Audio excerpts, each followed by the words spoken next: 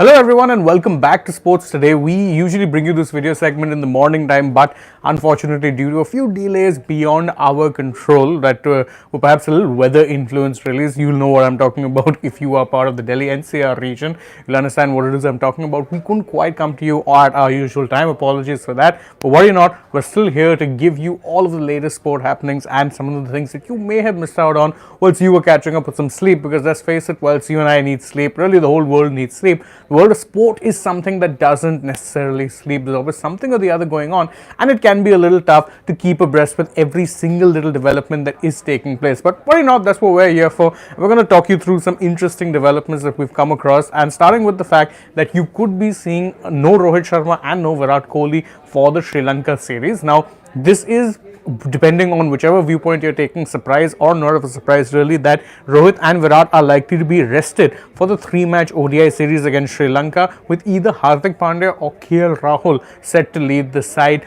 for that particular tour. In fact, even Jasprit Bumrah will reportedly not be a part of that particular tour. The reason is they're asking for a little bit of an extended break, given that they've of course been busy with not just the IPL but then the T20 World Cup right after. So a lot of those players, don't forget, were also playing the test series that preceded the IPL against England, and of course they were also playing in the series against Afghanistan. So obviously a lot going on there, and there is an expectation that they do need a little bit of an extended break before getting back into the sport of cricket.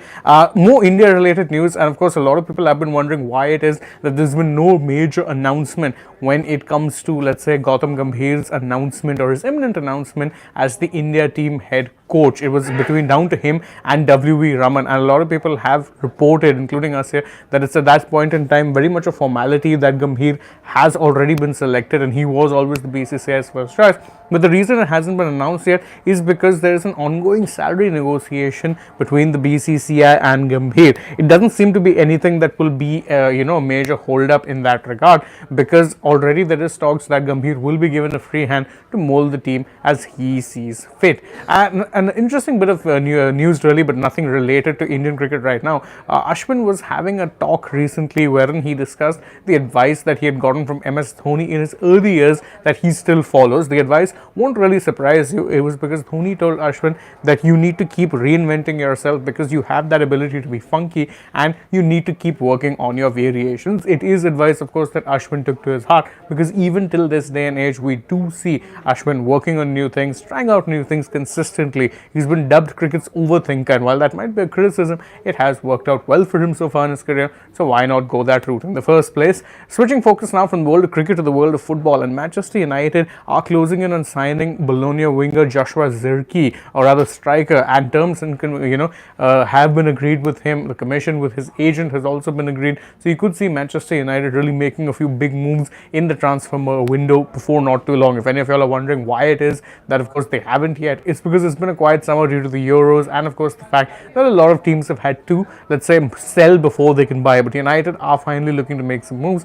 And speaking of Manchester clubs, Man City are currently out there crying conspiracy. Why do I say that? Because they're claiming that the Premier League has treated them unfairly in assessing their commercial income by relying on the analysis of a data company that also works for rivals. It is, of course, the latest, let's say, rebuke that has come from City when it comes to their what feels like a very long battle against the Premier League for actually bringing about, let's say, regulations to ensure that clubs can't spend beyond their means. Remember, previously City had also said that bringing in regulations to ensure that certain kinds of sponsorships can be blocked was akin to let's say, anti-competition, let's say, put it that way. It's definitely something that's not going to go away, and you can expect a separate video on this later on in the day. But also another very interesting thing that has been happening, really, Wimbledon, a lot of major updates from there, so we'll quickly get to that. Novak Djokovic may have thoroughly outplayed Holger Rune in their round of 16 game. He beat him 6-4, 6-3, 6-2,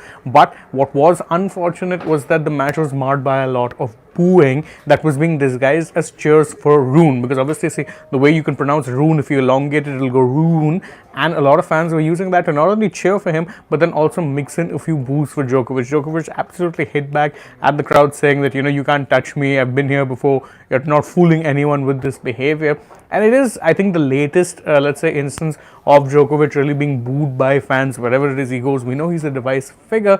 Whether or not it's good tennis behavior, that's something that I'll leave up to y'all to decide. Of course, there were some interesting results on the court as well. Alexander Zverev ended up suffering a shock exit courtesy of Taylor Fritz. Zverev was leading 6-4, 7-6, 2 sets down or 2 sets up, and then ended up losing the next 3 sets 6-4, 7-6, 6-3. So that's a big one, especially when people were considering that Zverev may very well be one of the favorites. Don't forget, he was, of course, till very recently playing in a final of a Grand Slam. Well, unfortunately, this time around hasn't been able to, get anywhere close to his best, at least this time around in this particular Grand Slam. Also, you had another, let's say, upset result or a good result takes place in Alex de Minaur, who's currently the 9th seed. He ended up, beating Arthur Fields, and in the process actually endeared himself to the fans in Wimbledon. There have been jokes that he's become an honorary Brit, which is very funny because he's actually Australian, but the Wimbledon fans have clearly warmed him. And what was interesting about his win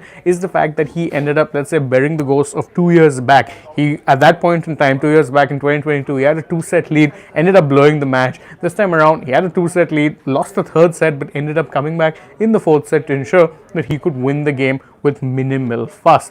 Now, last bit of news, and this is India related. The Indian Olympic Association has named PV Sindhu as India's co-flag bearer for the upcoming Paris Olympics, and she will be the co-flag bearer along with table tennis star Sharat Kamal, which is notable because Sharat Kamal has for years been the flag bearer of Indian table tennis, but unfortunately up until 2024 was never able to qualify for the Olympics on pure merit. This time he was able to, which is why perhaps he's being accorded that honor. It's probably going to be his first and only Olympics given his age, and it is a nice honor, a nice way to pay tribute to an Indian sporting legend. And that's it from us from this edition of The Wrap. Thank you guys so much for joining us. As always, if you enjoy our work, like, share, subscribe, tap the bell, leave us a comment, follow us on social media. We're on Instagram, X and Facebook. Don't forget to download the SportsTak app, and if you're already on the channel, go ahead, check out some other videos we've posted, and stay tuned, we have plenty more coming your way. For now, from my side, it's goodbye.